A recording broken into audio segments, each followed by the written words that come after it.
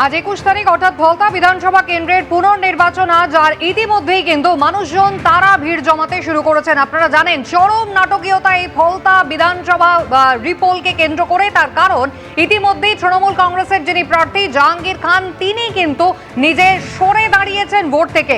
সকালে ছবিটা আপনারা দেখতে পাচ্ছেন যেখানে ইতিমধ্যেই কেন্দ্রীয় বাহিনী টহল দিচ্ছে। মোট ৩৫ কোম্পানি কেন্দ্রীয় বাহিনী আজকের এই ভোটে থাকছে, যেখানে নজরদারি তারা চালাচ্ছেন এবং মানুষের কনফিডেন্স বিল্ড আপের কাজ তারা করছেন। ২৯ তারিখ ছিল নির্বাচন, যেখানে ভুরি ভুরি অভিযোগ উঠেছিল এই ফলতা বিধানসভা নির্বাচনকে কেন্দ্র করে। কালো টেপ লাগানো হয়েছিল, একটি নির্দিষ্ট বোতাম ছাড়া বাকি বোতামগুলিতে আতর পর্যন্ত ব্যবহার করা হয়েছিল। সিসিটিভি ফুটেজ তাও কিন্তু পেতে সমস্যা হয়েছিল নির্বাচন কমিশনের, এবং দুপুর ১টার সময় টেপ রিমুভ এই বার্তা কিন্তু প্রিসাইডিং অফিসার দিয়েছিলেন, এবং তারপরে নির্বাচন কমিশন সিদ্ধান্ত নেয় পুনর্নির্বাচন হবে আজ ২১ তারিখ। আজকে শুরু হয়েছে পুনর্নির্বাচন, আর রবিবার অর্থাৎ ২৪ তারিখ হবে ভোট গণনা।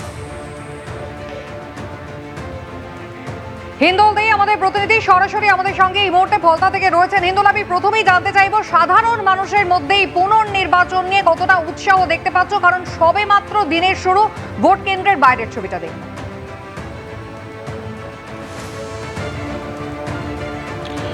একেবারেই তোমাকে দেখিয়ে রাখি, আমরা যেখানে রয়েছি সেটা কিন্তু জাহাঙ্গীর খানের বাড়ির সামনের যে স্কুল রয়েছে সেই স্কুলটার নামটা একবার দেখাতে বললো শ্যামল জানাকে, শ্রীরামপুর পশ্চিম দুর্গাপুর প্রাথমিক বিদ্যালয়। এইখানে কিন্তু একদম জাহাঙ্গীর খানের বাড়ির গা লাগোয়া এই বুথ, এখানেই কিন্তু ভোট শুরু হয়ে গেছে। তুমি দেখতেই পাচ্ছ ভোট কেন্দ্রের বাইরে কিন্তু একজন মহিলা একমাত্র দাঁড়িয়েছেন এবং আরও একজন এসছেন ভোট দিতে। তার যিনি এসছেন এখনো পর্যন্ত তিনি যাবেন ভোট দিতে, তার থেকেই জানবো। আপনার নাম? আনাম খান। বাবু, এতদিন কি আপনারা এই যেটা ফলতা ডায়মন্ড হারবার মডেল বলা হতো, এখানে কি আদৌ সুষ্ঠুভাবে শান্তিপূর্ণভাবে আপনি আপনার ভোট দিতে পেরেছিলেন? যতদিন জাহাঙ্গীর খান ছিল ততদিন আমি ভোট দিতে পারিনি। এই সবে 14-15 বছর পরে সবে ভোট দিতে এসেছি। 15 বছর পরে?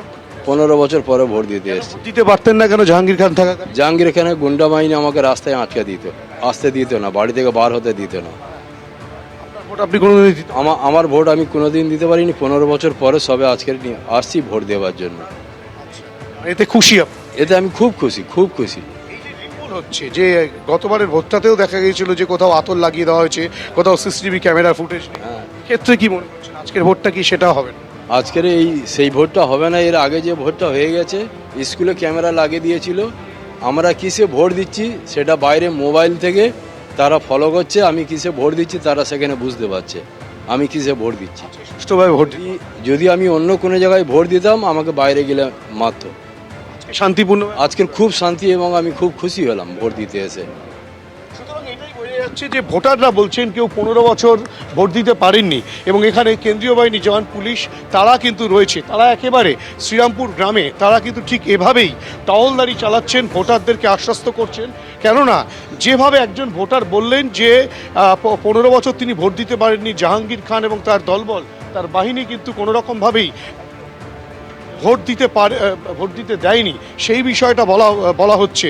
এবং ইতিমধ্যেই তোমাকে যে চিত্র দেখাচ্ছি, তুমি একেবারে জাহাঙ্গীর খানের বাড়ির যে পাড়া শ্রীরামপুর গ্রাম, সেখানে কিন্তু রীতিমতো পুলিশ রয়েছে, কেন্দ্রীয় বাহিনীর জওয়ানরা রয়েছে, তারা কিন্তু রীতিমতো এসে ভোটারদেরকে আশ্বস্ত করছেন। আরেকবার ছবিটা দেখাবো, তুমি দেখে নাও।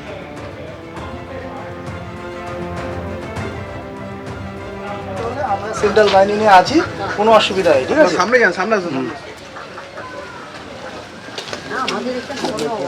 অর্থাৎ ইতিমধ্যেই সেই কনফিডেন্স বিল্ড আপের কাজও কিন্তু পুলিশ শুরু করেছে। কেন্দ্রীয় বাহিনী ৩৫ কোম্পানি কেন্দ্রীয় বাহিনী এই ফলতা বিধানসভা কেন্দ্রের যে পুনর্নির্বাচন আজকে হচ্ছে তার জন্য মোতায়েন করা হচ্ছে।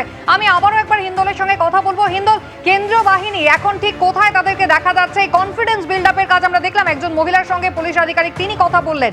এই মুহূর্তে ছবিটা একবার দেখো।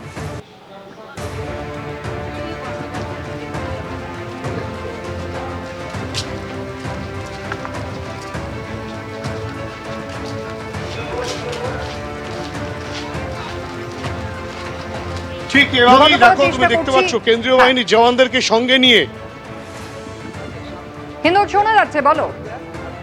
তাহলে আমি সেন্ট্রাল বাহিনী নিয়ে আছি, পুলিশ প্রশাসনের পক্ষে সেন্ট্রাল বাহিনী নিয়ে রয়েছি, যে কোনো রকম কোনো সমস্যা হলে তাহলে কিন্তু পুলিশ তৎক্ষণাৎ সেখানে পৌঁছে যাবে এবং ভোটাররা যাতে সুষ্ঠুভাবে ভোট দিতে পারেন, শান্তিপূর্ণভাবে ভোট দিতে পারেন, সে বিষয়টা কিন্তু পুলিশ প্রশাসনের তরফ থেকে সুনিশ্চিত করার কাজ চলছে।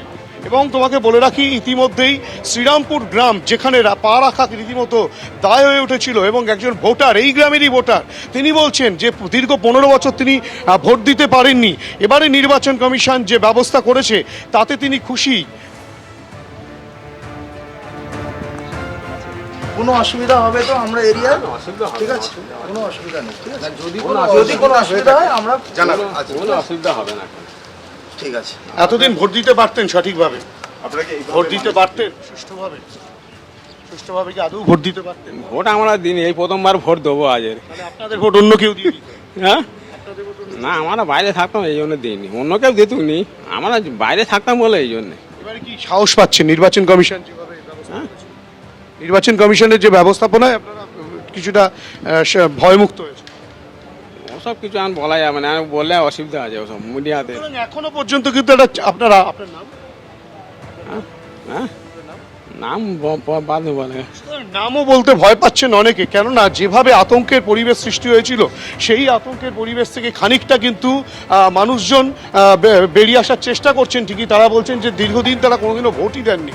এবং যে চিত্র দেখাবো, এই যে গোটা রাস্তাটা, এটা কিন্তু জাহাঙ্গীর খানের বাড়িতে ঢোকার রাস্তা, শ্রীরামপুর গ্রাম।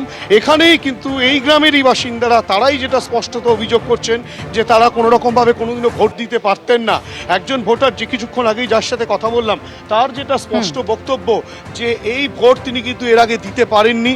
তিনি আজকে নিজের নাম বলতে পর্যন্ত ভয় পাচ্ছেন, কেন ভোট দিতে পারেননি সেই বিষয়টা বললেও তিনি বলছেন যে তাহলে কিন্তু অসুবিধা আছে, মানে আশঙ্কা করছেন, আতঙ্কটা একটা এখনো পর্যন্ত কিন্তু তাদের রয়েছে।